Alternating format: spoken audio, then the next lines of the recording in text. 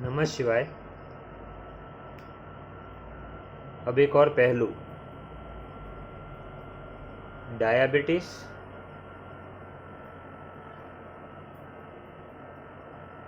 High blood pressure, thyroid,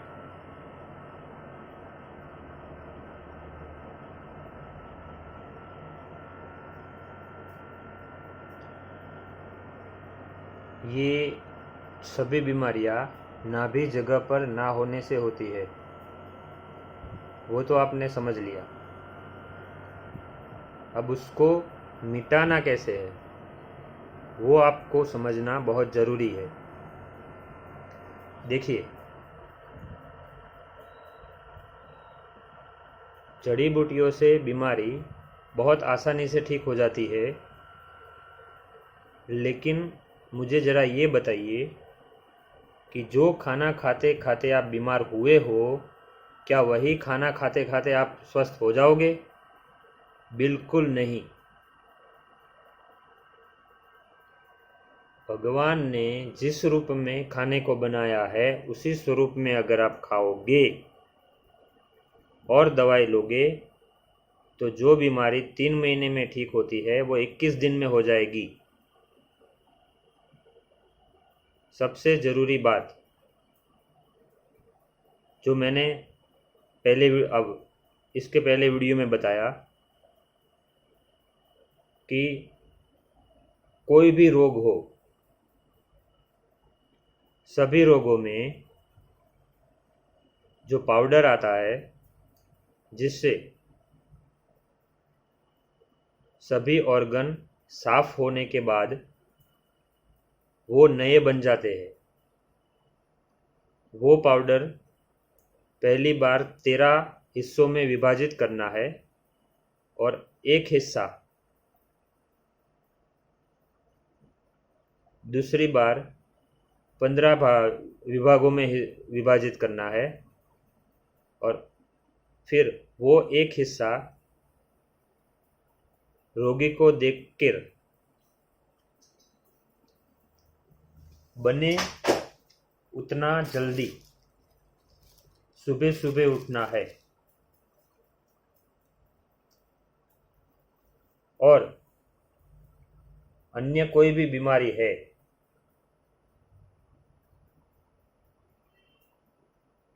अगर साथ में थायराइड है तो थायरोसेट की 2 गोली,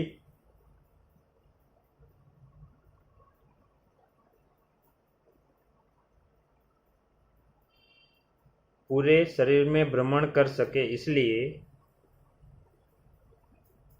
हीमोफिट नाम की कोलेस्ट्रॉल के लिए स्पेशल जड़ी बूटी की बनाई हुई दवाई आती है।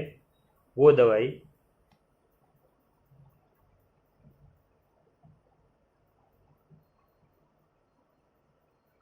फिर हार्ट की प्रॉब्लम है तो ब्लॉकेज रिमूवर पाउडर,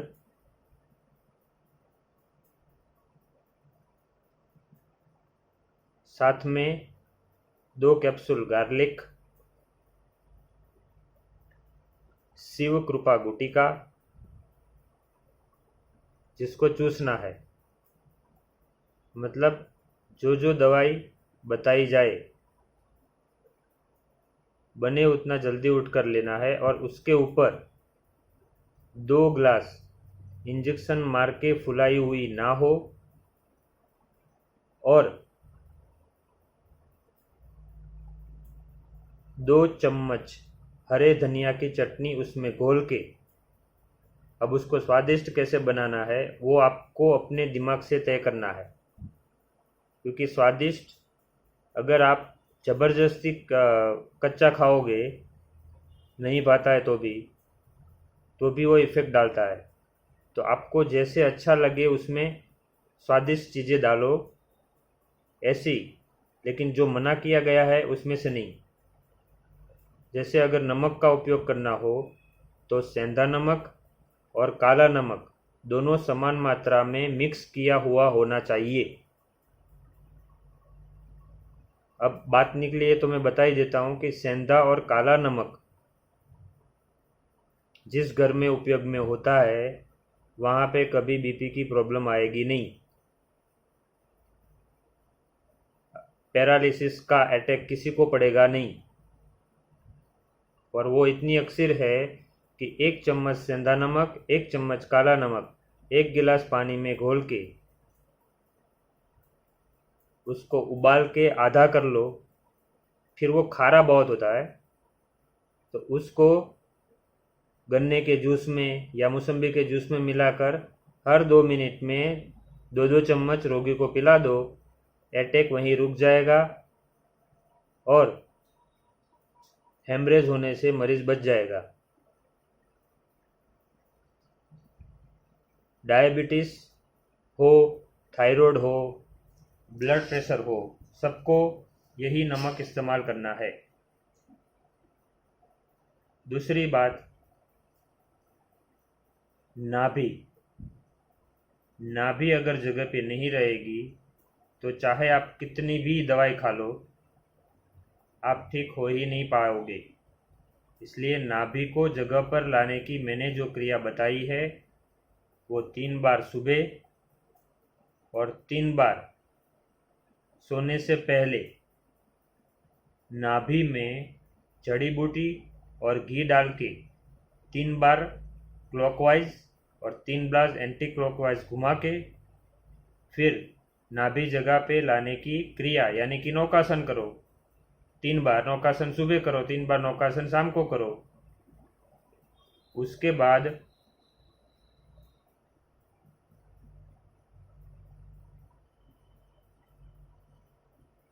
रोगी की परिस्थिति अनुसार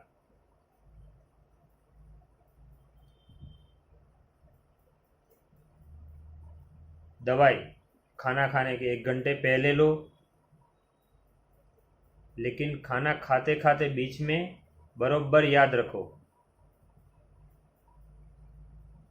जब आप खाना खाने बैठो पहला निवाला खाओ या एक निवाला आपने खा लिया चबा के अंदर उतारा, दूसरा निवाला खा लिया चबा के अंदर उतारा। उसके बाद रोगी की नाड़ी को देख के घी ओरिजिनल जो चरने वाली गाय हो उसका, तेल जो कच्ची घानी से बिना फिल्टर बिना रिफाइन करके आया हो ऐसा, काले तिल का तेल होगा तो सबसे बेस्ट।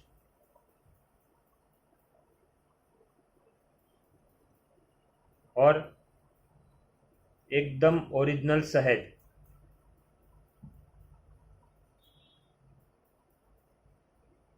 उसके साथ थायराइड है तो थायराइड को एक्टिवेट करने की जड़ी बूटी, डायबिटीज है तो पेनक्रियास को एक्टिवेट करने की जड़ी बूटी,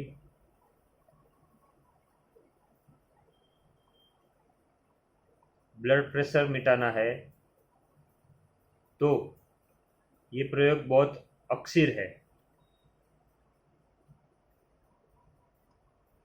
उसके बाद 2 निवाला खाने के बाद इस तरह गोली लेके फिर तीसरा निवाला खाओ और खाना चालू रखो।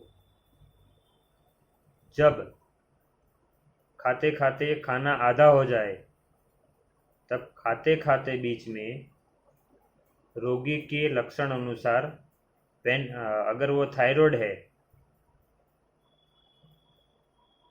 तो थायराइड को कम काम करना पड़े, उसको थोड़ा आराम मिले ताकि वो अपने आप को रीजनरेट कर सके, ऐसी गोली। डायबिटीज़ है तो पेनक्रियास पे लोड ना पड़ने दे, ऐसी गोली जिससे खाना पूरे का पूरा हजम हो जाए। याद रखिए खाना पूरे का पूरा हजम हो जाए, क्योंकि खाना हजम ना होने से ही सारी बीमारियां पैदा होती है।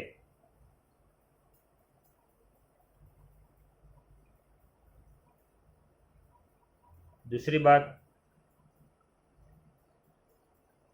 कि कच्चा खाना जब मैं लोगों को बोलता हूँ तो उनको लगता है जैसे जेल की सज़ा दे दी गई हो।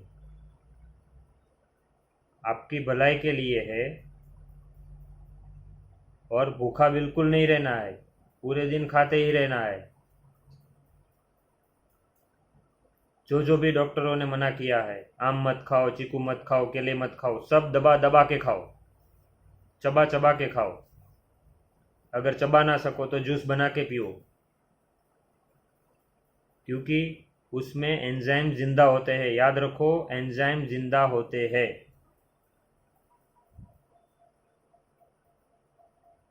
और फिर खाना पूरा हो जाए उसके बाद पानी मत पियो, 1 घंटे बाद ही पानी पियो। और दिन भर बने उतना ज़्यादा पानी पियो, लेकिन घूंट घूंट मुंह में घुमा घुमा कर लार अंदर उतरती रहे, ऐसे पानी पियो। प्राणायाम फर्जियात करना है। अगर ये सब नहीं होगा और आपकी बीमारी नहीं मिटेगी तो हमारी कोई भी जिम्मेदारी नहीं है। याद रखो, आप बीमार हो आपके कर्मों की वजह से। हाँ, ये बात सच है कि कोई भी अंग्रेजी दवाई नुकसान ना करे ऐसी जड़ी बूटी बिना कदापि नहीं लेनी चाहिए, और लोगे तो बड़ी बीमारी में फंसोगे। और डॉक्टर से कभी झूठ मत बोलना, नहीं तो आपका नुकसान है। इसलिए मैं आपको बोल रहा हूँ कि 21 दिन अगर आप कच्चे पे रह गए और आपकी बीमारी जड़ से ख़त्म हो गई तो क्या हर्ज है। उसके बाद खाओ, लड्डू खाओ, पेड़े खाओ, सब खाओ। फिर दोबारा डायबिटीज़ पैदा करोगे तो वापस 21 दिन कच्चे खाने पे रहना ही पड़ेगा। इसलिए अगर आपको बीमारी ठीक नहीं हो रही है तो डॉक्टरों को जिम्मेदार मत ठहराओ। आप ही के संचित कर्म है जो आपके मन को पकड़ते हैं और आप ही से सोचवाते हैं कि ये खांसी मुझे हो रही है तो ये कैंसर तो नहीं बन जाएगी ना। तो क्या वो कैंसर का प्रोसेस आपके शरीर में चालू हो गया। तो जब तक आप साधना करके कर्मों को नहीं काटोगे ठीक नहीं हो पाओगे। इसलिए अब अगर आपको रिजल्ट नहीं मिलता है तो किसी भी डॉक्टर को बुरा मत कहो। कोई भी डॉक्टर, वो चाहे एलोपैथी का हो चाहे आयुर्वेदिक का हो। हाँ, सावधानी रखना हमारा काम है, आपको सलाह देना हमारा काम है, लेकिन साधना बिना गति नहीं, ये याद रखना। और जब तक आपके कर्म कटेंगे नहीं, आप दवाई के चंगुल से बाहर नहीं निकल पाओगे। इसलिए थोड़ा समझो, कीमती शरीर भगवान को पाने के लिए दिया गया है। अगर आपका शरीर ठीक रहेगा तो साधना करके आप करोड़पति वापस बन पाओगे। वापस आप बूढ़े से जवान हो पाओगे, दौड़ोगे, भागोगे। लेकिन मैंने देखा है कि लाखों का खर्चा करके आते हैं और यहाँ पे केवल 2-3 हज़ार की दवाई, जिसमें मेरी फीस 100 रुपया है, और जो दवाई डॉक्टर देते हैं उनको ज़्यादा से ज़्यादा 200 से 250 रुपया नफ़ा मिलता है। अगर हम अमीर होते तो क्या ये छोटे से क्लिनिक में पड़े होते? आलीशान अस्पताल नहीं बनाते हम भी। अरे भैया, ये थोड़ा तो समझो कि आपके लिए टाइम बिगाड़ रहा हूँ। मैं मेरी फैमिली को छोड़ के पूरे पूरे दिन इधर पड़ा रहता हूँ बिना खाए पिए। किसके लिए? आपके लिए। फिर भी आप नहीं समझते हो और बाहर बैठ के झगड़ा करते रहते हो। अगर 2 घंटा बैठ लोगे, लेकिन 10 दिन आप अस्पताल में भर्ती होने को तैयार हो, लेकिन इधर 2 घंटा बैठने को तैयार नहीं हो। इतना मूर्ख मत बनो। मनुष्य, मन, मानव हे मानव, अब तू मानव बन। मानव को ऐसा बोलना पड़ता है, कुत्ते को नहीं बोलना पड़ता है कि हे कुत्ते तू कुत्ता बन। कुत्ता अपनी कार्य भली भांति करेगा। मनुष्य को बोलना पड़ता है, हे मनुष्य तू मनुष्य बन। तुझमें भगवान जितनी शक्तियां है उसको जागृत कर। मैं गरीब हूं, मैं लाचार हूं, ये सब कहना बंद करो। मेरे भोलेनाथ की शरण में जाओ, विष्णु की शरण में जाओ, ब्रह्मा की शरण में जाओ।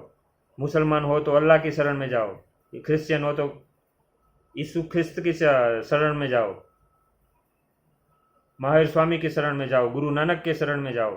सब एक ही है, कोई अलग अलग नहीं है।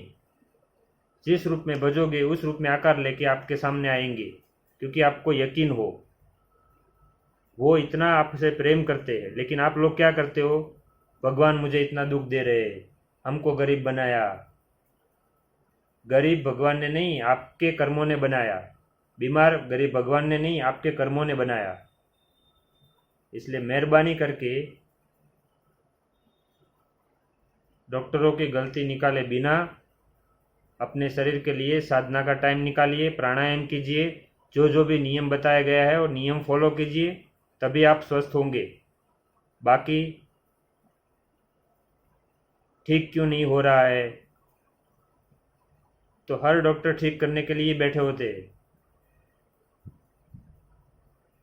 ठीक क्यों नहीं हो रहा है, इतना पैसा बर्बाद हो गया।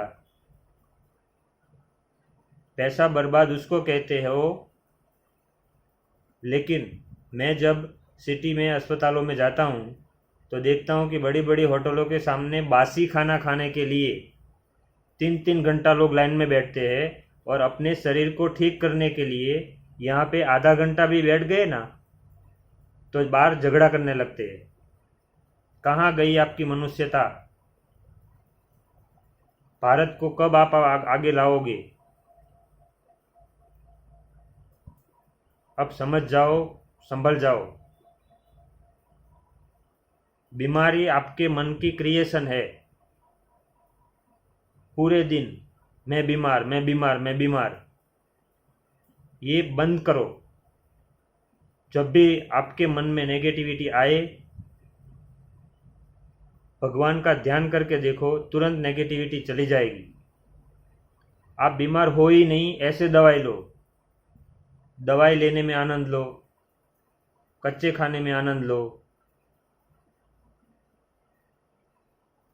फिर देखो आप कमाल कि दवाई कितना जल्दी काम करेगी, और कच्चे में भी कितनी स्वादिष्ट चीज़ें बनाई जा सकती है, वो भी कभी सोचा है? लेकिन आपको पास सोचने का भी टाइम नहीं है। इसलिए आज समझ में आया हो तो अच्छा है। संभल जाओ, ठहर जाओ, शांत बनो, और सबसे बड़ा डॉक्टर जो ऊपर बैठा है, जिसने पूरी सृष्टि का निर्माण किया है, उसको बना लो। आपको स्वस्थ होने से दुनिया की कोई ताकत नहीं रोक पाएगी। इसलिए मैं हाथ जोड़ के प्रणाम करता हूँ वापस कि साधना करो, सही नियम का पालन करो, आप स्वस्थ 100% होगे। धन्यवाद।